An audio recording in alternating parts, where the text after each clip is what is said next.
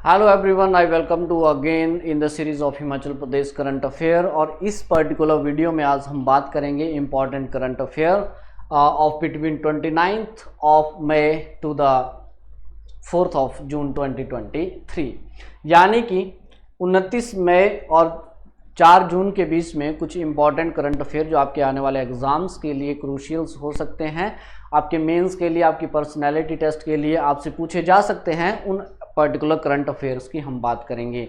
तो if you see, तो सबसे पहला न्यूज़ हम लोगों को देखने को मिलेगा, it is about the Himachal Pradesh agriculture university. So you can see that yes, the farm university get award for quality seed production, यानी कि क्वालिटी सीड प्रोडक्शन की यहाँ पे बात हो रही है।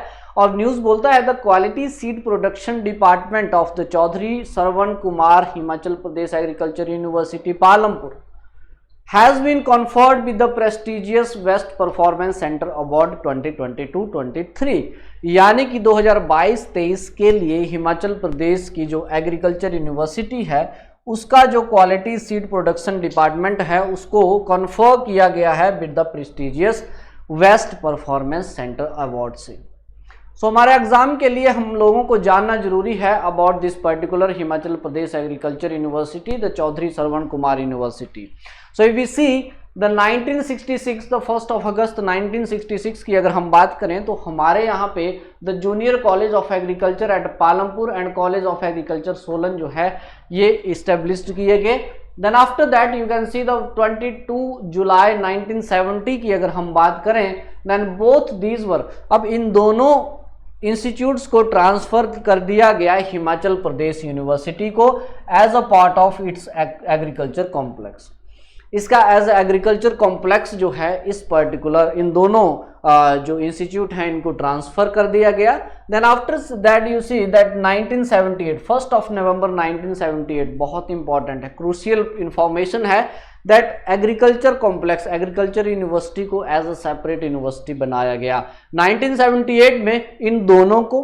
देन उसके साथ साथ जो भी एग्रीकल्चर रिसर्च स्टेशंस थे different agro climatic zone of Himachal Pradesh, उन सबको मिला के एक न्यूक्लियस तैयार किया गया इस पर्टिकुलर यूनिवर्सिटी का, यानी कि Himachal Pradesh the Chaudhary Shravan Kumar university जो है इसको फिर आप बोलेंगे द 1 नवंबर 1978 को इसको इस्टेब्लिश किया गया।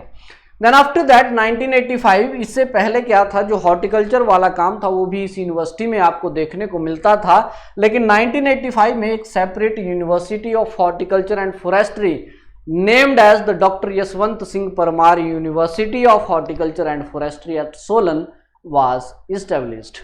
Then at present, if we talk about the at present, अगर आप present की बात करें तो ये जो हिमाचल प्रदेश चौधरी जो श्रवण कुमार एग्रीकल्चर यूनिवर्सिटी है इसके हम लोगों को 3 रीजनल स्टेशंस देखने को मिलेंगे, 11 रिसर्च सब स्टेशन देखने को मिलेंगे, एंड वी हैव 8 कृषि विज्ञान केंद्र जो है डिफरेंट एग्रो क्लाइमेटिक जोन में इस पर्टिकुलर यूनिवर्सिटी के हम लोगों को देखने को मिलेंगे, who carry out it's teaching, it's research and extension education activities, यानी कि at present 3 regional research stations हैं, 11 रिसर्च सब स्टेशंस हैं, देन उसके बाद 8 कृषि विज्ञान केंद्र जो हैं डिफरेंट एग्रो क्लाइमेटिक जो जोन है, दैट इज शिवालिक हो गया, मिडिल हिमालय हो गया, देन हायर हिमालय जोन हो गया, इन पर्टिकुलर एरियाज में अपनी टीचिंग, अपनी रिसर्च, अपनी एजुकेशन एक्टिविटीज को कैरी आउट ये कर रही है। तो it is quite important for your upcoming exams. So let's see move to the next particular news,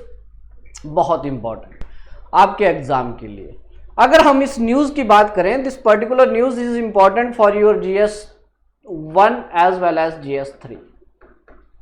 GS1 की अगर हम बात करें तो yes, it come under the geography, तो हिमाचल प्रदेश का जो जियोग्राफी है उसमें आपको ये देखने को मिलेगा। And if you see the GS3, तो GS3 में आपको ये देखने को मिलेगा टूरिज्म के अंदर, और टूरिज्म में भी जो आपका एडवेंचर टूरिज्म है, और एडवेंचर टूरिज्म में a part is the paragliding. As you see the paragliding जो है ये भी एडवेंचर टूरिज्म का एक हिस्सा है। तो इस पर्टिकुलर तो इसीलिए ये न्यूज़ जो है आपका GS3 के लिए भी बहुत इंपॉर्टेंट हो जाता है। न्यूज़ बोलता है that the Bandla hill site in Bilaspur is suitable for the paragliding, ठीक है जी, ये बोला गया ऑफिशियल के साथ। एक ट्रायल फ्लाइट लिया गया बांदला से कहां तक, लुहनु ग्राउंड तक। ये आपके एग्जाम के लिए इंपॉर्टेंट हो सकता है। रिमेंबर, अगर इस पर्टिकुलर पैराग्लाइडिंग की लैंडिंग साइट की बात करें, ठीक है, तो लैंडिंग साइट जो है इस पर्टिकुलर साइट की, ये जो पैराग्लाइडिंग साइट है इसकी हो जाती है लुहनु ग्राउंड, और ये वही ग्राउंड है जहां पे नलवाड़ी फेस्टिवल भी सेलिब्रेट किया जाता है बिलासपुर का। देन उसके बाद ऑब्वियस सी बात है, under the supervision of Avinash Negi who is the director of the mountaineering institute of Manali, remember this particular thing also. तो ये भी आप लोगों के लिए जरूरी हो जाता है। एबीसी, तो बांदला हिल जो है अभी डिक्लेयर कर दिया कि यस ये पैराग्लाइडिंग साइट के लिए बिल्कुल सूटेबल है।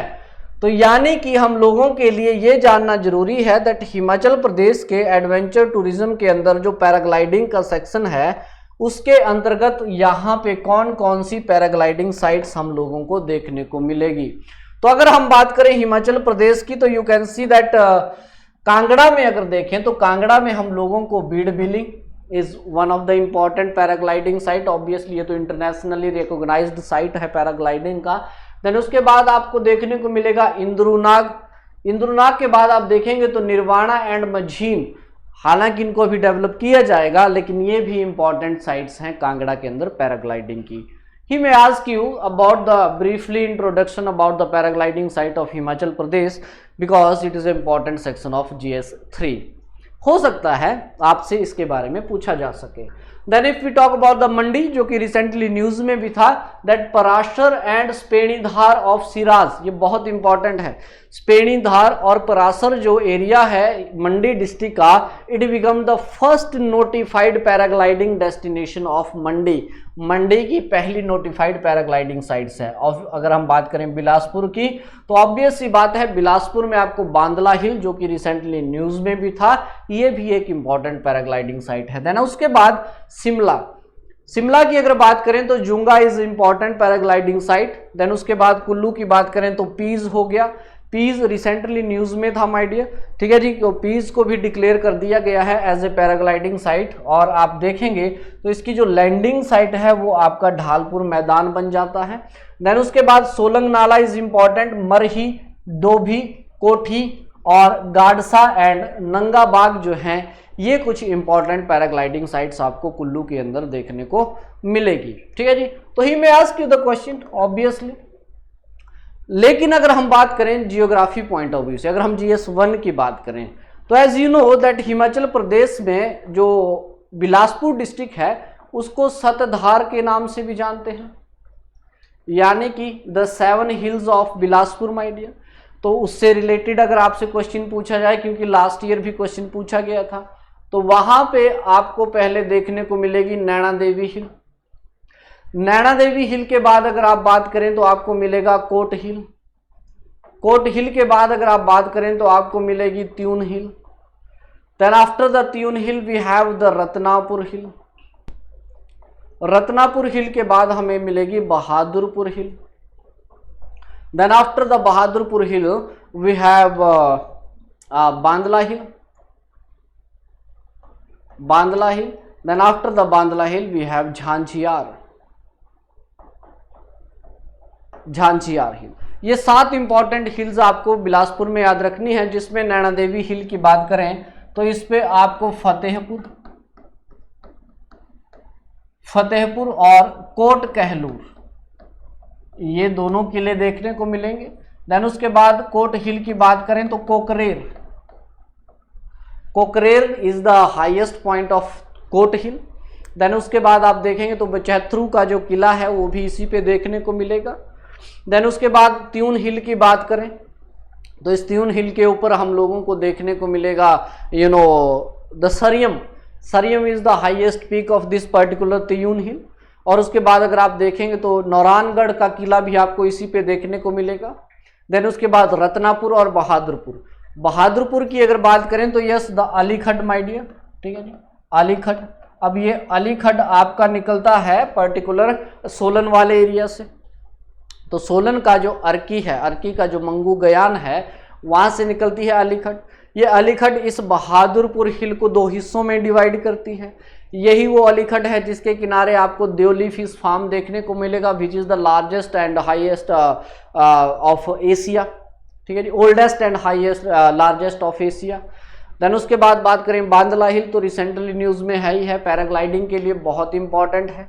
देन उसके बाद अगर हम बात करें पर्टिकुलर झांझियार हिल की, तो जो सीरखड्ड है, सीरखड्ड डिवाइड करती है इस पर्टिकुलर रेंज को दो हिस्सों में। Seerkhad which is the tributary of Sutlej divide the Jhanjhiyar hill into two parts.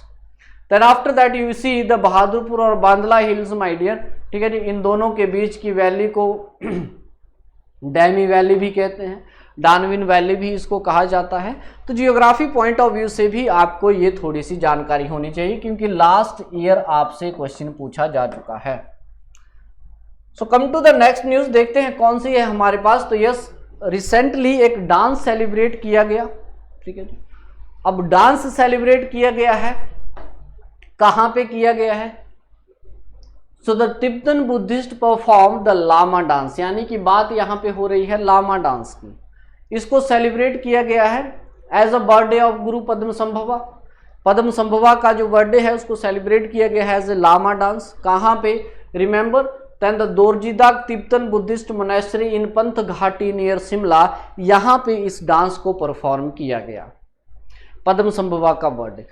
मैं अगर आपको ओवरऑल व्यू दूं इस छम डांस का, तो ये पूरे हिमाचल प्रदेश में लामास के द्वारा वैसे भी परफॉर्म किया जाता है चाहे फिर बुद्धा के जन्मदिन की बात हो या बुद्धा के इस पर्टिकुलर संसार को छोड़ने की बात हो, पद्मसंभवा के जन्मदिन की बात हो या फिर पद्मसंभवा के इस पर्टिकुलर प्लेस को छोड़ने की बात हो, तो हर एक कंडीशन में इस पर्टिकुलर डांस को सेलिब्रेट किया जाता है। It is a religious festival my dear, Himachal Pradesh का ये रिलीजियस फेस्टिवल है।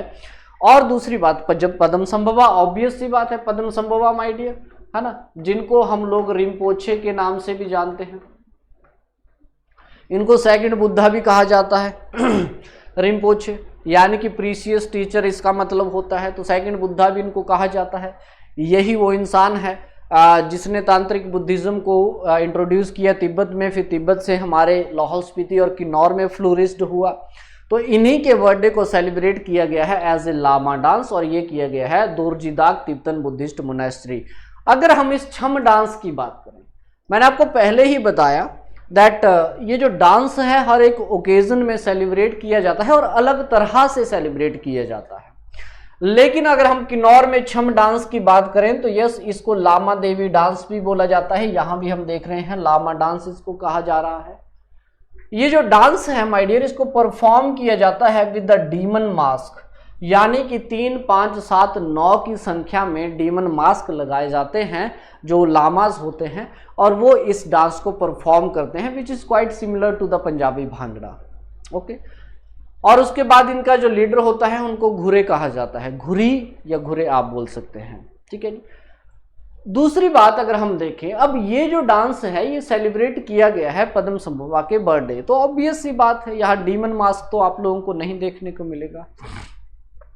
इस पर्टिकुलर डांस में जो पद्मसंभवा की टीचिंग्स है माय डियर, उनकी जो इम्पोर्टेंस है उसके बारे में बताया गया है, और ये बताया गया है कि क्यों हम लोगों को पद्मसंभवा को पूजना चाहिए। उन एरिया के आसपास के जो लोग हैं जिनका बिलीफ है पद्मसंभवा को जो भगवान मानते हैं, तो वाई, क्यों, वो सारी चीज़ें जो है इस डांस में बताई गई हैं। लेकिन अगर आप बात करें इस डीमन मास्क डांस की, डीमन मास्क जो है 3, 5, 7, 9 की संख्या में आप लोगों को देखने को मिलेंगे। और ये क्यों है, तो yes, let me tell you कि ये जो डीमंस होते हैं, लोगों की मान्यता है कि जब हम इस संसार को छोड़ के जाएंगे तो इस तरह के डीमंस हम लोगों को देखने को मिलेंगे जब हम इस अर्थ को छोड़ के जाएंगे। तो it's a kind of awareness my dear, as you can see here, ठीक है जी। तो it's a kind of awareness लोगों को कि अच्छे कर्म करो, ठीक है, क्योंकि मरने के बाद कुछ इस तरह की घटनाएं आप लोगों के साथ हो सकती हैं। तो yes, the demon dance my dear important है आपके एग्जाम पॉइंट ऑफ व्यू से भी, और वैसे भी डांस फॉर्म्स ऑब्वियस सी बात है इंटेग्रल पार्ट है हमारी हिमाचल सोसाइटी का, तो वैसे ही एग्जाम के लिए बहुत जरूरी हो जाता है। Come to the next particular news, तो देखते हैं। तो yes, the news is important. Okay, news की अगर हम बात करें तो Himachal Pradesh submits the Shanan project record. Recently क्या हुआ है, अगर आप न्यूज़ की बात करें, रिसेंटली द स्टेट गवर्नमेंट, जो हमारी सरकार है, after seeking the legal opinion on the issue of transfer, यानी कि बात क्या हो रही है, बात है ट्रांसफर के इशू के लिए, यानी कि किसकी transfer, let's see the 110 megawatt Shanan power house, 110 megawatt Shanan hydro power project जो है जोगिंद्रनगर में, उसके ट्रांसफर के इशू के ऊपर जो है क्लियरेंस दी है सरकार ने यूनियन पावर मिनिस्ट्री को। यानी कि ये जो डिस्प्यूट है ये है आपका transfer of hydro power project, किस किस के बीच में, हिमाचल प्रदेश और पंजाब गवर्नमेंट के बीच में ये डिस्प्यूट आप लोगों को देखने को मिलेगा। ठीक है जी। अब क्या है, हिमाचल प्रदेश सरकार बोलती है दैट 2024 में जो 99 ईयर्स का लीज है वो खत्म होने वाला है। देखेंगे कि इसके साथ ये लीज हुआ था, क्या हुआ था, जबकि पंजाब गवर्नमेंट का क्लेम है दैट 1966 के बाद इसको हम लोगों को दिया गया था। अगर हम सबसे पहले बात करें इस सानन हाइड्रो पावर प्रोजेक्ट की, तो यस, एक नाम सामने आता है जिनका नाम है कर्नल बैटी।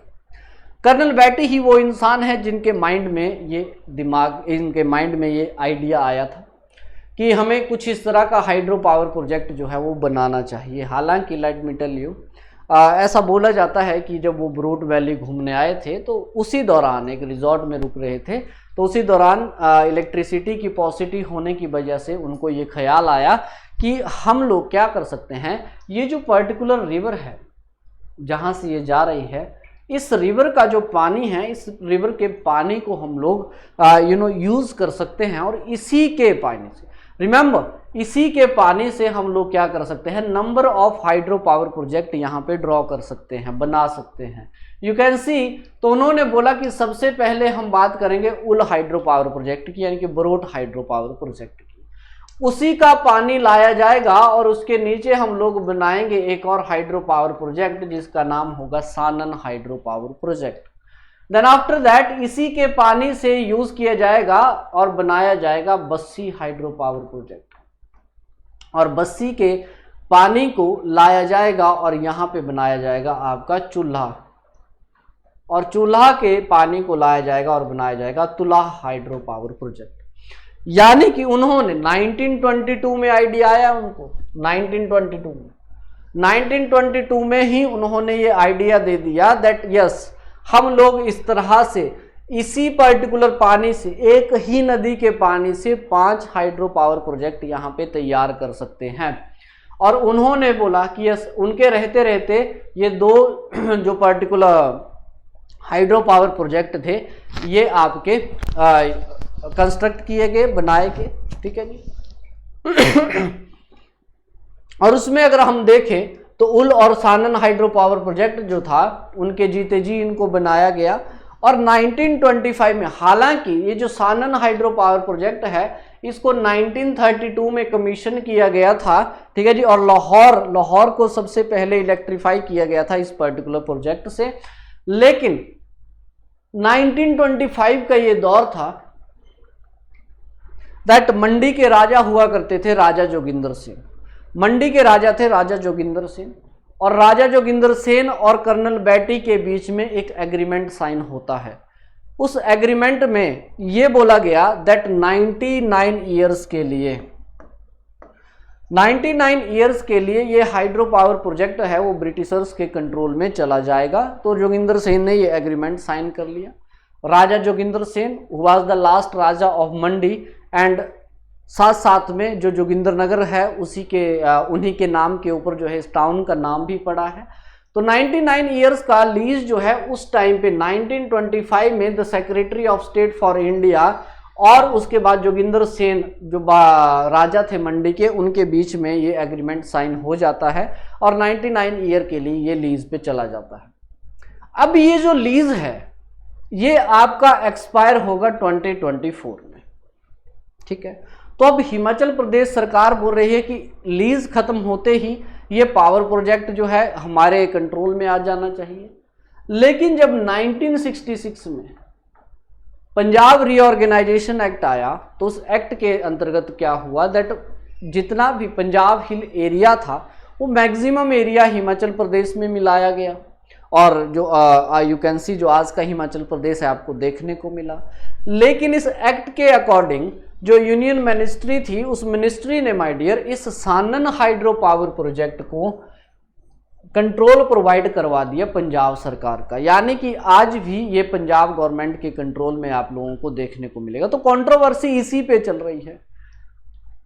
तो पंजाब गवर्नमेंट क्लेम करता है दैट 1966 में हम लोगों को दिया था तो हमारा लेजिटिमेट राइट है इस पे, और वैसे ही ऑफिशियली 99 ईयर्स के बाद ये पर्टिकुलर लीज खत्म हो जाएगा तो हिमाचल सरकार का मानना है कि हम लोगों के पास आना चाहिए। हालांकि हिमाचल का जो तर्क है वो सही भी है, हमारी टेरिटरी में हम लोगों को देखने को मिलेगा, और ये 99 ईयर की जो लीज है my dear obviously is expire in March 2024, 2024 में ये खत्म हो रहा है। तो ऑफिशियली तो ऐसे तो हमारे पास आना चाहिए, ठीक है। तो इसी के रिगार्डिंग स्टेट गवर्नमेंट ने रिसेंटली अभी क्या किया है दैट क्लियरेंस जो है वो सरकार को भेज दी है कि किसी को कोई दिक्कत नहीं है। अब आप बोलेंगे कि सर इसकी इंपॉर्टेंस क्या है हमारे लिए, तो बहुत ज़्यादा है, क्योंकि अगर हम इस हाइड्रो पावर प्रोजेक्ट की बात करें तो यहाँ से सालाना 200 करोड़ रुपए का रेवेन्यू जनरेट करते हैं हम इस अकेले हाइड्रो पावर प्रोजेक्ट से। तो 200 करोड़ रुपीस का रेवेन्यू है माय डियर, तो ऑब्वियसली इंपॉर्टेंट है हमारी इकोनॉमी के लिए। और दूसरा अगर आप देखें तो ऑब्वियसली ये जो पर्टिकुलर रीजन है सारा का सारा, तो जोगिंद्रनगर बरोट वैली वाला जो रीजन है टूरिस्ट के लिए वैसे ही बहुत इंपॉर्टेंट है, क्योंकि इशू ये भी आ रहा है that Sanan hydro power project के लिए जो पंजाब सरकार है उसकी मेंटेनेंस के लिए खर्च नहीं करती।